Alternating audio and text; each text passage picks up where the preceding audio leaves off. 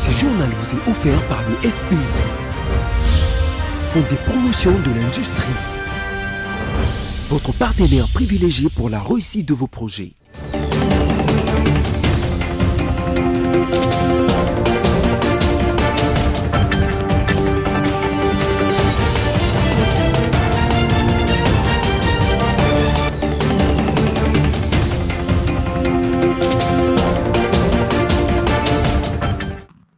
Bonsoir à tous et bienvenue à cette grande édition du journal sur votre chaîne BSC Télévision. Voici les sommaires. Bien avant son discours de séjour à New York où il participe à l'Assemblée générale des Nations Unies, le président de la République, Félix Tshisekedi, a une fois de plus accusé le Rwanda de comploter pour renverser le gouvernement congolais et de soutenir les M23. Il a appelé à des sanctions. Dans son discours à l'Assemblée générale de l'ONU, le président américain Donald Trump se félicite d'avoir résolu plusieurs conflits en 7 mois seulement, mais l'Organisation des Nations Unies fait quoi, s'interroge-t-il? Même les insincères et les prompteurs ne marchent pas à l'ONU, dit-il. Le Burkina Faso, le Mali et le Niger ont annoncé leur retrait immédiat de la Cour pénale internationale, accusée d'être un instrument de répression néocoloniale au service de l'Occident. L'attaquant du Paris Saint-Germain, Ousmane Dembélé, a été désigné meilleur footballeur de l'année lors d'une cérémonie organisée au Théâtre du Châtelet à Paris. Il a dévancé le Barcelonais Lamine Yamal. Voilà tout pour les sommaires. Débutons ce journal avec cette actualité en marge de son séjour à New York aux États-Unis d'Amérique où il prend part aux activités de la 80e Assemblée générale des Nations Unies. Le chef de l'État, Félix Tshisekedi, s'est exprimé le lundi 22 septembre 2025 sur la démission de Vital Kamerhe de son poste de président de l'Assemblée nationale, anticipant une probable destitution avant l'examen du rapport de la commission chargée d'examiner les pétitions contre le membre du bureau. Dans sa réaction, le président Félix Tshisekedi a avant tout relevé qu'il n'est pas responsable de ce qui est arrivé à son allié principal. On l'écoute. Comme vous aussi, aujourd'hui, la démission du président de l'Assemblée nationale. Ce que je tiens à vous dire, c'est que il y a quelques jours, moi j'avais reçu, dans le cadre d'une réunion interinstitutionnelle, tous les chefs de corps de nos institutions. Et il y avait là le président de l'Assemblée nationale, le président du Sénat, la première ministre et le président du Conseil supérieur de la magistrature. Le mot d'ordre était que la rentrée se fasse dans la sérénité, le calme qui soit, et je crois que vous avez vu les discours de rentrée, ils ont été justement dans ce sens-là. Après, il y a un fonctionnement, une cuisine interne à chaque institution, et les choses s'orientent selon ce que ces institutions sont en train de faire. Moi, je suis le garant de la stabilité de ces institutions, mais ça ne me donne pas le droit d'aller m'immiscer dans ce qui se passe dans ces institutions. S'ils ont décidé de défier leur président, de leur cuisine interne. Mon rôle à moi est de voir les droits de tout le monde sont respectés et que l'institution elle-même sa stabilité est sauvegardée. C'est ce qui m'importe. Quant à savoir quelles seront les relations, votre question était de savoir si nous sommes toujours alliés, partenaires, bien sûr. En tout cas, sauf si maintenant, M. Vital Kamerhe décide autrement, mais je ne vois pas pourquoi, parce que je ne suis pas à la base justement de sa démission, ni de ses problèmes. Je ne vois pas pourquoi il va vouloir me tourner le dos. Je n'y suis pour rien. Donc, je continue à le considérer comme un allié, comme un frère, et jusqu'à ce que il en sera autrement. C'est pas à moi. Si le cessez-le-feu tarde, la faute en revient à Kigali, a estimé le lundi 22 septembre 2025 que Félix Tshisekedi, le président congolais, s'exprimant à New York lors d'une rencontre avec des journalistes organisée en marge de l'Assemblée générale annuelle de l'ONU, accusé le Rwanda de manœuvres pour retarder la mise en œuvre de l'accord de paix signé en juin entre Kinshasa et Kigali sous les auspices des États-Unis d'Amérique.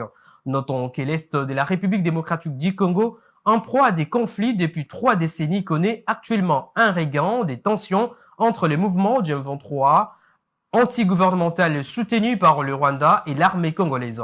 Pourtant, les négociations se poursuivent sous l'égide du Qatar entre les M23 et Kinshasa.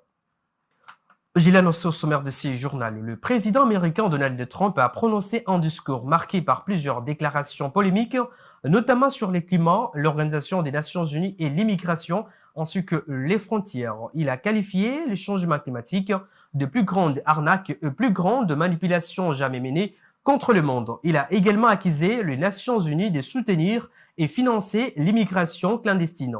Le président américain a appelé à mettre fin aux frontières ouvertes.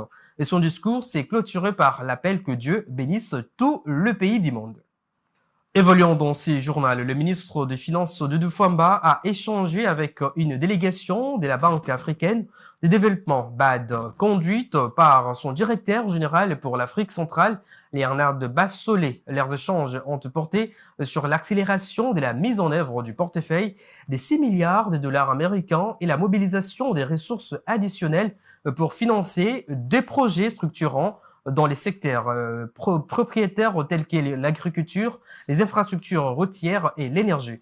On écoute le directeur général pour l'Afrique centrale. Ma délégation et moi, nous avons eu le privilège et l'honneur d'être reçus par le ministre des Finances. Nos discussions portent sur 2 choses. Premièrement, comment travailler ensemble pour accélérer la mise en œuvre du portefeuille existant qui s'élève à 1,6 milliard de dollars, dont le taux de décaissement est très faible, aux alentours de 25%. Nous avons reçu des instructions fermes du ministre, gouverneur, pour accélérer la cadence. Donc il y a des actions qui vont être prises dans les prochaines semaines pour vraiment, de part et d'autre, côté banque, mais aussi au niveau des autorités, pour que nous puissions passer à la vitesse supérieure dans la mise en œuvre des projets et programmes qui ont été déjà ciblés. En deuxième point, nous avons discuté en fait de la mobilisation des ressources importantes pour accompagner la vision du président de la République et porter son programme de société, que vous connaissez très bien, qui tourne autour des 6 points. Et avec le ministre, nous avons discuté des différents modes de financement. La Banque africaine de développement, qui est votre banque, a à son sein en fait différents types d'outils, les garanties partielles de crédit, les garanties partielles de risque et autres, mais aussi un accompagnement pour essayer de voir comment on pourrait en fait les réformes à mettre en place pour que le pays puisse accéder aux différents marchés. Et je pense que ce sont des discussions qui ont été très riches en termes d'action.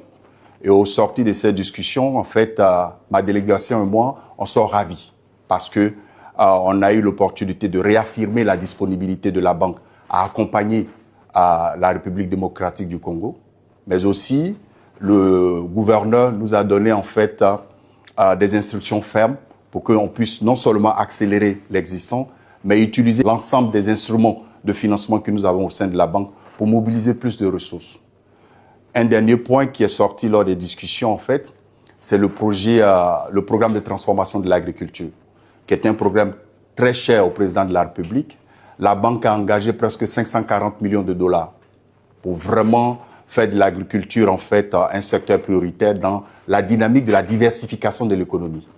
C'est mardi 23 septembre 2025 que l'Inspection générale des finances, IGF, en partenariat avec le Centre d'amitié suisse RDC, a donné les coups d'envoi de la première édition du Forum citoyen international dans l'enceinte même de l'IGF à Kinshasa, la capitale.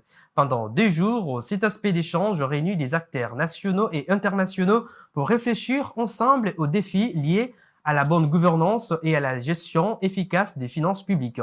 L'objectif de ces forums est clair, stimuler un dialogue citoyen inclusif, renforcer la transparence dans l'action publique et construire des solutions durables pour l'avenir des institutions financières en République démocratique du Congo.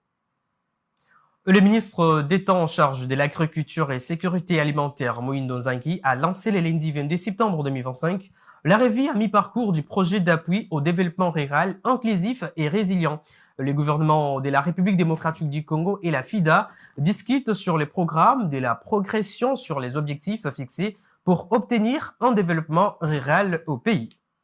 Du 21 septembre au 10 octobre 2025, les experts des deux parties vont apprécier la pertinence du programme, la progression vers les objectifs fixés, l'efficacité des stratégies de mise en œuvre, les défis rencontrés et les leçons apprises. Dans son speech, le directeur pays du FIDA a émis les vœux de voir le gouvernement accélérer la mise en œuvre des différentes activités de ces projets. Brou Arsène Assandé. Un coup d'accélérateur de ce processus là nous permettra de disposer des ressources dans les délais, parce que bien souvent le projet démarre, les ressources arrivent tardivement et après ça met aussi beaucoup de pression à l'équipe de mise en œuvre. Au terme de ces travaux, le ministre d'État en charge de l'agriculture et sécurité alimentaire attend des participants un plan d'action affiné, une vision renforcée et un engagement renouvelé afin d'établir un modèle de réussite pour le développement rural en RDC. Mouindo Nzangi. Cette revue à mi-parcours n'est pas une simple formalité,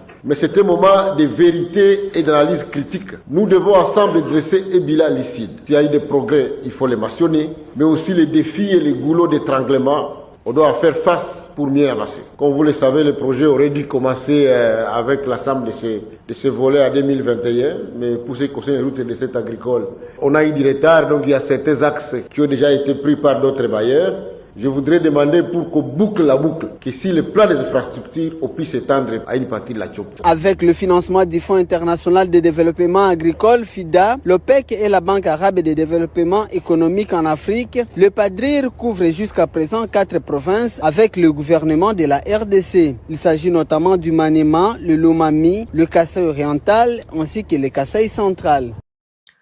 Dossier paiement des agents du ministère de la formation professionnelle. Le ministre Jean-Marc Ekila a tenu le lundi 22 septembre 2025 à clarifier les questions sur les problèmes de la paye, manifestations et autres. C'était au cours d'une rencontre avec un groupe de manifestants. On l'écoute. Moi, je ne sais pas attribuer à quelqu'un la qualité de fonctionnaire. Je ne peux vous donner la qualité de fonctionnaire que le ministre de la fonction publique, pas moi. Les numéros, les fameux numéros là. Les services c'est un CPF. Numéro c'est un CPF, c'est un numéro matricule. Il est là. Dinat. Numéro c'est un CPF, c'est un numéro matricule. Moi ça me fait très mal. Réclamation. Pour vous n'est-ce pas? Vrai ou faux? Mais dites de vérité. Ah mais alors. Numéro identifiant c'est dans CPF et un numéro matricule T. Et ça le col la commune à registre 1, 2, 3, 4, 5. Et ça numéro matricule. Le on a ministère, je crois qu'on va terminer par ça. Nous en a coûté 149 000 personnes impayées. 149 000. Tous recrutés par les coordinations. Nous devons continuer à avancer dans des mois. Nous avons mis en place une commission pour régler ces questions. Si vous avez une coordination à Bino, ils ont été pour l'année. Autre chose, le vice-premier ministre, ministre de l'Intérieur, Sécurité, Décentralisation, Affaires coutumières, Jacques Chabani, s'est rendu le lundi 22 septembre 2025 au camp Kabila, dans la commune d'Elemba, pour constater les dégâts causés par l'incendie survenu dans la nuit du 21 au 22 septembre 2025. Ce sinistre a ravagé plus d'une centaine de maisons occupées par des policiers et leurs familles. Reportage. Un violent incendie ravageant plus de 300 maisons au camp Laurent Désiré Kabila, situé dans la commune d'Elemba. Plusieurs familles ont passé la nuit à la Belle Étoile. Aussitôt informé de la situation, les vice-premiers ministres, ministre de l'Intérieur, Sécurité, Décentralisation et des Affaires coutumières, Jacques Chabani s'est rendu sur place pour réconforter les familles et constater l'ampleur des dégâts.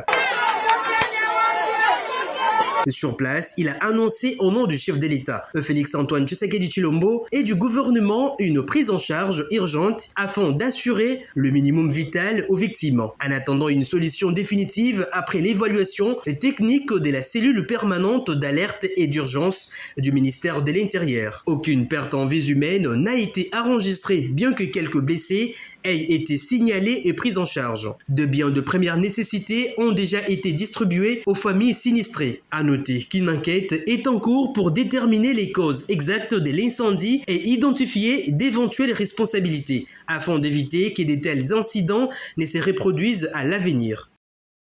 Mise au point du ministère provincial des infrastructures et travaux publics sur les démolitions des constructions anarchiques à Kinshasa. La ville n'a mandaté aucun agent sur les terrains pour représenter ou négocier des cas des constructions à épargner. Et toute personne ou un groupe se présentant à ces titres agit en usurpateur et sera poursuivi conformément à la loi. Suivez la lecture du communiqué.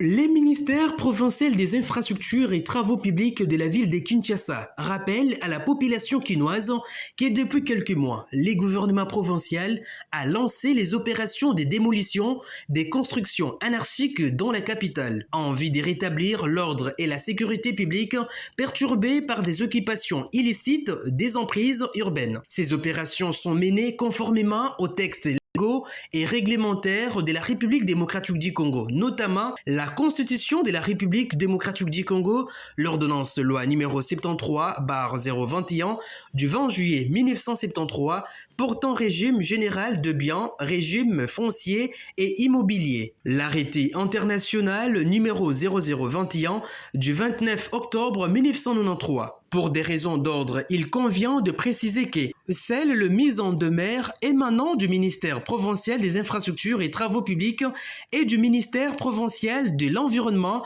propriété publique et embellissement. Tous deux de la ville de Kinshasa sont valables dans le cadre des opérations de démolition des constructions anarchiques. La ville n'a mandaté aucun agent sur les terrains pour représenter ou négocier des cas des constructions à épargner. Toute personne ou groupe se présentant à ces titres agit en usurpateur et sera poursuivi conformément à la loi. Fait à Kinshasa le 22 septembre 2025 et celui des communications et administrations. Dans un communiqué commun, 3 États membres de l'Alliance des États du Sahel gouvernés par des juntes militaires dont les Burkina Faso, le Mali et le Niger ont annoncé le lundi 22 septembre 2025 les retraits de la Cour pénale internationale CPI. Ils ont affirmé que cette décision prise avec effet immédiat s'inscrit dans leur volonté d'assurer pleinement leur souveraineté. Plus de détails avec nos confrères de France 24. C'est décidé, Mali, Niger et Burkina Faso se retirent de la Cour pénale internationale. Après avoir rompu les liens avec la France ces dernières années, les 3 pays gouvernés par des juntes militaires s'éloignent encore davantage des institutions internationales. Ils estiment que la CPI, qui siège à La Haye aux Pays-Bas, est trop partiale. Cette juridiction s'est transformée en instrument de répression néocoloniale au mai de l'impérialisme, devenant ainsi l'exemple mondial d'une justice sélective. En effet, la CPI s'est montrée incapable de prendre en charge et de juger des crimes de guerre, des crimes contre l'humanité, des crimes de génocide et des crimes d'agression avérés. La semaine dernière, le Premier ministre nigérien avait accusé sans fondement l'institution de ne viser que des pays africains. Regroupés dans l'Alliance des États du Sahel, les 3 pays annoncent une décision à effet immédiat, mais dans les faits, le retrait n'est effectif qu'1 an après le dépôt du dossier devant l'ONU. À la place de la CPI, ils annoncent créer prochainement une cour pénale sahélienne. Ce retrait suit aussi un rapprochement avec la Russie, dont le président est visé par un mandat de la Cour pénale internationale. Les pays du Sahel seront loin d'être les seuls à ne pas ou plus adhérer à la Cour de La Haye. Sur les 193 États membres de l'ONU, 125 adhéraient jusqu'ici à la CPI. Les États-Unis, la Russie, la Chine ou encore Israël ne sont pas membres de la Cour.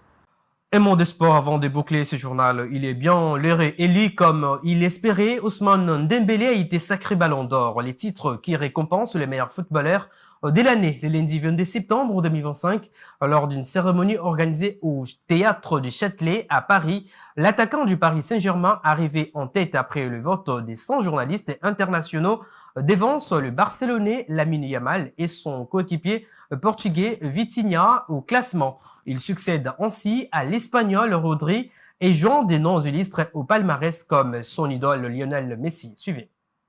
La cérémonie du 69e Ballon d'Or qui s'est tenue au Théâtre du Châtelet à Paris a été une soirée riche en émotions et en symboles pour Ousmane Dembélé. À 28 ans, l'attaquant du Paris Saint-Germain et de l'équipe de France est entré dans le panthéon du football français, rejoignant les légendes qui sont Raymond Kopa, Michel Platini, Jean-Pierre Papin, Zinedine Zidane ainsi que Karim Benzema. Favori des bookmakers, Dembélé a remporté les trophées au terme d'une saison spectaculaire ponctuée par des statistiques impressionnantes, 35 buts et 16 passes décisives, toutes compétitions confondues. Mais au-delà des chiffres, son sacre traduit aussi l'importance de son rôle fédérateur au sein du vestiaire parisien et la cohésion d'un Paris Saint-Germain victorieux sur tous les fronts. Dembélé. Lorsque Ronaldinho a annoncé son nom, Dembélé a accueilli la nouvelle avec son style habituel, simple et authentique. Un sourire discret suivi des félicitations chaleureuses de ses anciens et actuels coéquipiers. Donnarumma, Désiré Doué, Johan Neves et même une poignée de main avec Lamine Yamal, son principal concurrent sorti deuxième. La scène du Châtelet s'est transformée en un théâtre d'émotions où chaque accolade et chaque mot prononcé par Dembélé respirait la sincérité. Dembélé a longuement rendu hommage à ce partenaire et à son club. Je voudrais remercier ma famille, ma mère.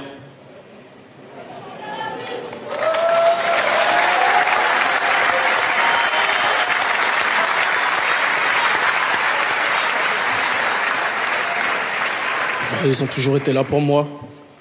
Ils m'ont soutenu dans les moments difficiles.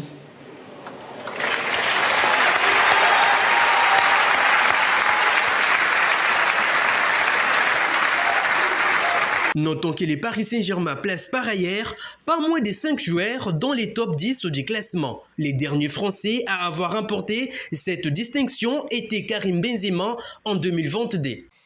Et ce journal touche à sa fin avant tout les rappels des principaux titres. Bien avant son discours des séjours à New York où il participe à l'Assemblée générale des Nations Unies, le président de la République Félix-Antoine Tshisekedi Tshilombo a une fois de plus accusé le Rwanda de comploter pour renverser le gouvernement congolais et de soutenir le M23. Il a appelé à des sanctions. Vous avez également suivi les discours à l'Assemblée générale des Nations Unies du président américain Donald Trump qui se félicite d'avoir résolu plusieurs conflits en 7 mois seulement. Mais l'Organisation des Nations Unies fait quoi, s'interroge-t-il? Même les insincères et les prompteurs ne marchent pas à l'Organisation des Nations Unies, dit-il. Les Burkina Faso, les Mali et le Niger ont annoncé le retrait immédiat de la Cour pénale internationale accusée d'être un instrument de répression néocoloniale au service de l'Occident. L'attaquant du Paris Saint-Germain, Ousmane Dembélé, a été désigné meilleur footballeur de l'année lors d'une cérémonie organisée au Théâtre du Châtelet à Paris. Il a dévancé le Barcelonais Lamine Yamal. Ce journal est complètement terminé. Merci de nous avoir suivis. Bonne suite des programmes sur votre chaîne BC Télévision. Retrouvez Ginette Fika demain à la présentation. Au revoir.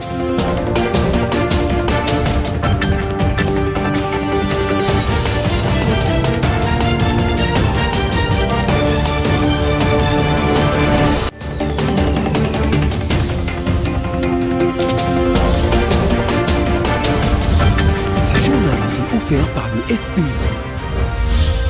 Des promotions de l'industrie. Votre partenaire privilégié pour la réussite de vos projets.